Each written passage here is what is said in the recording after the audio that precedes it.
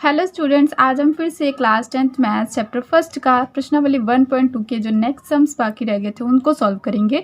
Last video में मैंने आपको प्रश्नावली 1.2 का फर्स्ट और सेकंड क्वेश्चन बताया था। अगर आपने वो वीडियो नहीं देखा तो कोई बात नहीं, उसका लिंक आपको डिस्क्रिप्शन बॉक्स में मिल जाएगा। तो इसमें प्रश्न थर्ड है हमारा, अभाज्य गुणनखंड विधि द्वारा निम्नलिखित के एलसीएम और एचसीएफ ज्ञात कीजिए। तो सबसे पहले मैंने आपको वीडियो में बताया था कि अभाज्य गुणनखंड कैसे निकालते हैं, उसका भी आपको डिस्क्रिप्शन में लिंक मिल जाएगा। तो यहाँ पे हमारे कुछ संख्याएं दी गई हैं, हमें उनका एलसीएम और एचसीएफ निकालना है, वो भी अभाज्य गुणनखंड विधि द्वारा। तो सबसे पहला क्वेश्चन है हमारा 12, 15 और 21 का। इन तीनों का हमें एलसीएम और एचसीएफ निकालना है अभाज्य गुणनखंड विधि से। तो अभाज्य गुणनखंड विधि के लिए हम क्या करना है, इनका गुणनखंड करना होगा। तो सबसे पहले 12 का अभाज्य गुणनखंड क्या होता है, जैसे कि आपको मैंने पहले वीडियो में बताया है, तो वहाँ से आप देख सकते हैं। 12 का अभाज्य गुणनखंड होगा 2 गुणे 3, ठीक है। 15 का होगा 3 गुणे 5, 21 का होगा 3 गुणे 7। तो देखिए एलसीएम और एचसीएफ भी मैंने आपको बहुत बार इससे पहले भी बताया है वीडियोस में। तो एचसीएफ क्या होता है, सबसे पहले आप एचसीएफ निकालिए। एचसीएफ क्या होता है, कोई कितनी भी आपको संख्याएं दी गई हैं उन सारी संख्याओं में से जो भी सबसे बड़ी संख्या होती है, वो जो कि सारी संख्याओं में कॉमन होता है। तो आप इसमें देखिए 2 गुणे 3, 3 गुणे 5, 3 गुणे 7। तो इसमें क्या है, 3 जो ऐसी संख्या जो कि सब में है, यानी कि सब में कॉमन है, हाईएस्ट कॉमन फैक्टर यानी कि एचसीएफ। तो एचसीएफ आपका क्या हो जाएगा, एचसीएफ आपका हो जाएगा 3, ठीक है। उसके बाद एलसीएम भी मैंने आपको बताया, एलसीएम क्या होगा। अब 3 आपका एचसीएफ यानी कि जो आपका एचसीएफ आया है वो लिख दीजिए। उसके बाद आपकी जो भी संख्याएं बची हैं उनको लिख दीजिए। गुणे में 2, ये 2 बाकी रह गया। उसके बाद ये 5 बाकी रह गया, गुणे में 5, और ये गुणे में 7। अब इन सब का गुणा कर दीजिए, यही आपका एलसीएम हो जाएगा। तो क्या हो जाएगा, 15 7 पंजे 35, दूना 70 हो जाएगा, फिर 1 दूना 140, यानी कि 3 गुणे 140, 14 तिया 42 होता है, यानी कि 42 और 1 0, 420 आपका आ जाएगा, ठीक है। तो ये आपका हो गया। अब सेकंड क्वेश्चन क्या है हमारा, सेकंड वाला इसमें का ही देखते हैं, 11, 25 और 29 का, ठीक है। तो आप यहाँ पे नोटिस कर रहे होंगे 11, 25, 29 ये तीनों, ये 23 है, ठीक है। ये तीनों क्या है, अभाज्य संख्या है। जब कभी भी सारी जितनी भी अभाज्य संख्या होती हैं उन सब का जो एचसीएफ होता है वो हमेशा 1 आता है। जैसे कि आप 11 को आप क्या लिखोगे, 11 गुणे 1, 11 किसी से भी नहीं कटता है। 23 का क्या लिखोगे आप, 23 गुणे 1, ठीक है। इसीलिए 29 को आप क्या लिखोगे, 29 भी किसी से नहीं कटता, 29 गुणे 1, यानी कि इन तीनों ही संख्याओं में केवल एक ही ऐसी संख्या है जो कि तीनों में कॉमन होगा। तो ये क्या हो जाएगा आपका एचसीएफ, क्या आ जाएगा इसमें, एचसीएफ आपका हो जाएगा 1। और जब कभी भी आपका एचसीएफ 1 आता है, भले वो अभाज्य संख्या हो ना हो, जब कभी भी अगर एचसीएफ आता है तो एलसीएम क्या होगा आपका, उन्हीं तीनों संख्याओं का यानी कि उन्हीं सभी संख्याओं का गुणनफल होगा, यानी कि 11 गुणे 23 गुणे 29, इन तीनों ही संख्याओं का आपका एलसीएम होगा। जब आप इसको गुणा करेंगे तो आपका आ जाएगा 11, 33, 9, ठीक है। आप इसको कर लीजिएगा, तो आप इसको कर लीजिए। तो ये है। फिर इसी तरह हमारा जो 8, 9 यानी कि 25 का वाला है, इसको भी आप ऐसे ही निकालेंगे, ठीक है। थर्ड वाला क्वेश्चन 8, 9 और 25, ठीक है। इसको भी आप 8 का गुणनखंड करेंगे तो क्या आ जाएगा, 2 गुणे 2 आएगा, ठीक है। फिर 9 का करोगे तो आपका आएगा 3 गुणे 3, ठीक है, 3 तरह का 9। फिर 25 का करेंगे आप तो आपका आएगा 25 का 5 गुणे 5। तो देखिए अब इसमें एचसीएफ यानी कि आप देखिए एचसीएफ क्या होगा, 2 गुणे 2, 3 गुणे 3, 5 गुणे 5, यानी कि इन तीनों में कुछ भी कॉमन नहीं हो रहा। ये फिर हम कह सकते हैं सब में 1 हम लगा सकते हैं, तो 1 कॉमन हो रहा है।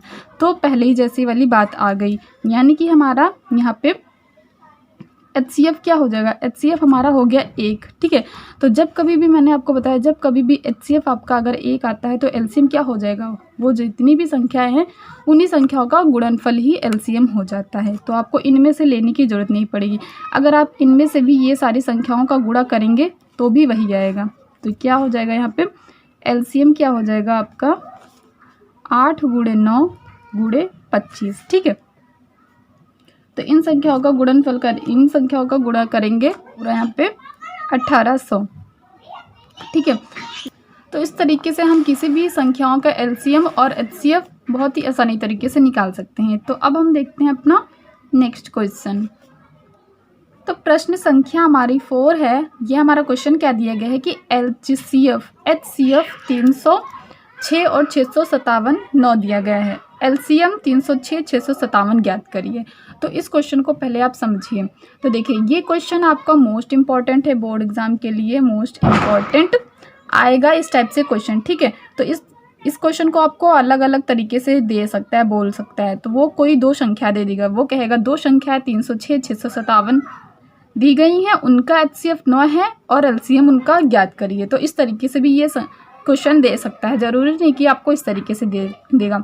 तो सबसे पहले आपकी 2 संख्याएं, कोई ये 2 संख्याएं दी गई हैं, उनका HCF आपको दिया गया है 9, यानी कि आपको 2 संख्याएं दी गई हैं, आपको 2 संख्याएं पता है, उनका आपको HCF पता है, लेकिन उनका आपको LCM नहीं पता, वो आपको ज्ञात करना है, ठीक है। तो क्या करेंगे, सबसे पहले हम अपना जो हल यानी कि क्वेश्चन का जो सलूशन करेंगे, तो हम सबसे पहले उसमें क्या लिख देंगे कि हमें जो दिया गया है, जो दिया गया है वो लिख लेंगे, ताकि हमें जो एग्जामिनर है वो उसको समझ में आ जाए कि हाँ ये क्वेश्चन में दिया गया है, अब इसको आगे सॉल्व किया गया। तो सबसे पहले आप इसको दिया है, ठीक है, ये लिख लीजिएगा। तो दिया है तो उसके बाद आप क्या करोगे, क्या क्या दिया गया, 2 संख्या, यानी कि 2 संख्या, प्रथम संख्या दूसरी संख्या, ठीक है। तो प्रथम संख्या शॉर्ट में ऐसे लिख दे रहा हूँ मैं, प्रथम संख्या हमारी क्या हो जाएगी, प्रथम संख्या हमारी 306 दिया गया, ठीक है, और द्वितीय संख्या हमारी दी गई है 657, ठीक है। अब हमें इसका HCF दिया गया है, HCF हमें कितना दिया गया, हमें दिया गया है 9, ठीक है। हमें ज्ञात क्या करना है, LCM, ठीक है। LCM हमें नहीं पता, जो कि हमें ज्ञात करना है। अब हमें पता है, देखिए मैंने आपको सबसे पहले भी एक फॉर्मूला बताया था, जब LCM बताया था, क्या होता है, 2 संख्याओं का गुणनफल उन्हीं 2 संख्याओं के LCM और HCF के बराबर होता है, यानी कि पहली संख्या गुणे दूसरी संख्या गुणे LCM और HCF, ये भी एक बोल सकते हैं, या फिर आप इसको ऐसे भी लिख सकते हैं कि 2 संख्याओं का गुणनफल, ठीक है, संख्याओं का गुणनफल क्या होगा, किसके, HCF और LCM के गुणनफल के बराबर होता है, ठीक है। तो 2 संख्याओं का गुणनफल, यानी कि 2 संख्याएं कौन कौन सी हैं, 306 है, ठीक है, और क्या है 657 है, ठीक है। HCF आपको दिया गया है 9, लेकिन LCM आपको नहीं पता है, तो आप यहाँ से LCM निकाल सकते हो। आपको देखिए, ये एक फॉर्मूला होता है, ये 4 चीज़ें होती हैं, इसमें आपको कोई भी एक संख्या मिसिंग होगी, कोई भी एक नंबर नहीं पता होगा, आप यहाँ से निकाल सकते हैं। 2 संख्याओं का गुणनफल आपको कभी ऐसे भी दे सकता है कि कोई एक LCM HCF दे देगा, एक संख्या नहीं देगा और दूसरी संख्या दे देगा, तो वो कहेगा आप दूसरी संख्या ज्ञात करिए। तो आप इसी फॉर्मूले से कभी भी कोई भी 4 चीज़ निकाल सकते हैं। तो ज़रूरी नहीं आपको क्वेश्चन हमेशा LCM ही पूछे या फिर HCF भी पूछे, आपको पहली संख्या दूसरी संख्या भी पूछ सकता है। तो आपको पहली संख्या दूसरी संख्या कोई किसी को भी मान सकते हैं, ठीक है। तो आपको ये दिया गया, अब यहाँ से आप LCM निकाल लीजिए। तो LCM बराबर क्या हो जाएगा हमारा, 306 गुणे 657, ठीक है, बटे में 9। अब इसको आप सॉल्व कर लीजिए, 9 को डिवाइड कर लीजिए आप, 9 त्रिक 27 हो जाएगा, ठीक है, 9 त्रिक 27 हो गया, और यहाँ पे 3 कैरी चला गया, तो 9 चौके 36, यानी कि कितना हो जाएगा, LCM बराबर क्या हो जाएगा हमारा 34 गुणे 657, ठीक है, 34 गुणे 657। तो अब आप इसको जब मल्टीप्लाई करेंगे तो आपका आ जाएगा 22 33 8, ठीक है। आप इसको करके देख लीजिएगा। और ये वाला क्वेश्चन मोस्ट इंपॉर्टेंट है, बोर्ड एग्जाम्स में इस टाइप के क्वेश्चन आते हैं, ठीक है। तो आप इसको प्रैक्टिस कर लीजिएगा, इस तरीके के क्वेश्चंस और भी प्रैक्टिस कर लीजिएगा।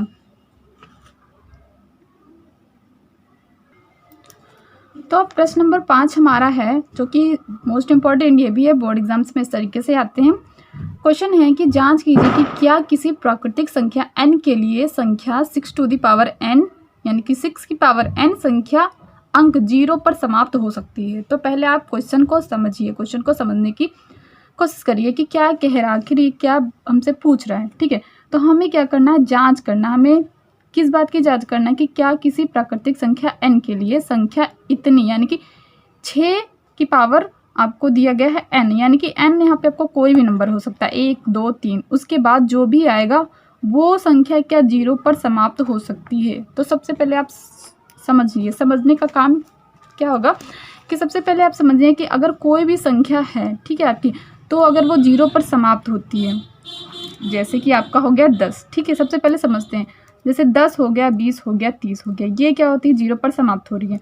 तो जब कभी भी कोई भी संख्या 0 से समाप्त हो रही है, ये 2 से भी कट जाएगी, 5 से भी कट जाएगी, या तो आप ये कह सकते हो और ये 2 गुणे 5 यानी कि 2 से भी कटेगी, 5 से भी कटेगी। यानी कि कोई भी संख्या होगी अगर वो 0 पर समाप्त हो रही होगी तो उसका जब हम लोग गुणनखंड करेंगे तो उसके गुणनखंड में 2 गुणे 5 आएगा ही आएगा। जैसे कि 10 को भी हम लोग 2 गुणे 5 लिख सकते हैं, इसी तरह 20 को भी करेंगे, इसमें भी 2 गुणे 5 आएगा, एक बार तो आएगा ही आएगा, उसके बाद 2 से 3 बार रिपीट हो सकता है, लेकिन एक बार ज़रूर से ज़रूर आएगा अगर वो कोई संख्या आपकी 0 पर समाप्त हो रही है। ठीक है, तो क्या हमें सबसे पहले इसमें हमें अपने आंसर में बताना पड़ेगा कि सबसे पहले हमें लिखना पड़ेगा कि अगर कोई भी संख्या 0 पे समाप्त हो रही है तो वो क्या होना चाहिए, उसमें गुणनखंड क्या होने चाहिए, 2 गुणे 5 आना चाहिए, यानी कि 2 गुणे 5 से विभाजित होना चाहिए। तो सबसे पहले हम इसमें अगर हम इसको हल लिखते हैं तो इसका हमारा सबसे पहले हम अपनी ये बात कहेंगे, ये मैथमेटिक की एक कथन है जिसको बोलते हैं कथन, तो ये हमें लिखना पड़ेगा। तो क्या लिखेंगे हम इसमें सबसे पहले कि यदि कोई संख्या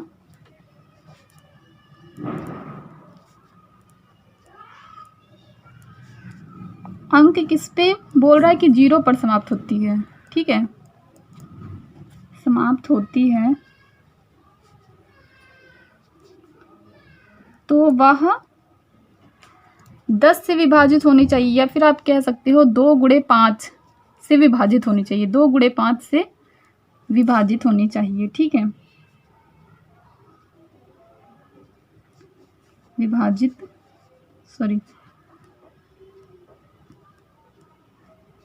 विभाजित होगी या होनी चाहिए। ठीक है, ये हमारा कथन है, इसको हमको लिखना है। ठीक है, 2 गुणे 5 से विभाजित होगी, अर्थात क्या कह सकते हैं इसको,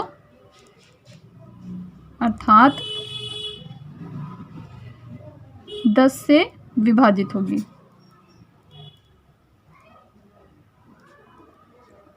या फिर आप यहाँ पे एक कथन और ऐड कर सकते हैं कि उसके गुणनखंड में 2 गुणे 5 आएगा ही आएगा। ठीक है, एक टाइम विभाजित होगी। अब देखिए हमारी संख्या दी गई है 6, तो 6 का भी अगर हम कभी भी गुणनखंड करते हैं, ठीक है, हमें संख्या क्या करना है, हमें प्रूफ करना है, हमें इसने बोला कि 6 की पावर n है, ये हमें प्रूव करना है, सिद्ध जांच करनी है कि ये हमारी जो संख्या है ये 0 पर समाप्त होगी कि नहीं होगी। अगर 6 की पावर 1 रखते हैं तो हमारा आता है 6, इसमें क्या करेंगे, इसका गुणनखंड करेंगे तो 6 2 गुणा 3, यानी कि 6 के कभी भी गुणनखंड में 5 आएगा। अगर हम 6 की पावर 2 लिखते हैं तो हमारा आता है 18, तो हम इसको क्या करेंगे, 2 3 6, 6 त्रिके 2 3 6 हो जाएगा, 6 त्रिके 18 हो जाएगा, यानी कि 3 त्रिक 9 दूना 18। तो यानी कि आप n की पावर n बराबर आप 1 2 3 यानी कुछ भी लिख लीजिए, n का मतलब यहाँ पे कुछ भी है। आपका जो भी आंसर आएगा, कभी भी कोई भी आंसर आएगा तो उसमें आपकी जो भी संख्या होगी वो 0 पर समाप्त नहीं होगी। तो इस तरीके से हमारा क्या होगा कि जो n का 6 का गुणनखंड, हम अपनी बात लिखेंगे कि 6 का गुणनखंड बराबर 2 गुणे 3 है। तो इस तरीके से जब 6 की पावर n का गुणनखंड हम क्या करेंगे, 6 की पावर n का गुणनखंड यानी कि 2 गुणे 3 लिखेंगे, और ये है यानी कि 6 की पावर n के गुणनखंड में कभी भी आपको 2 गुणे 5 देखने को नहीं मिल सकता है। तो आप क्या कहोगे, अतः 6 का गुणनखंड करने पर यह 2 गुणे 5 से विभाजित नहीं होती है।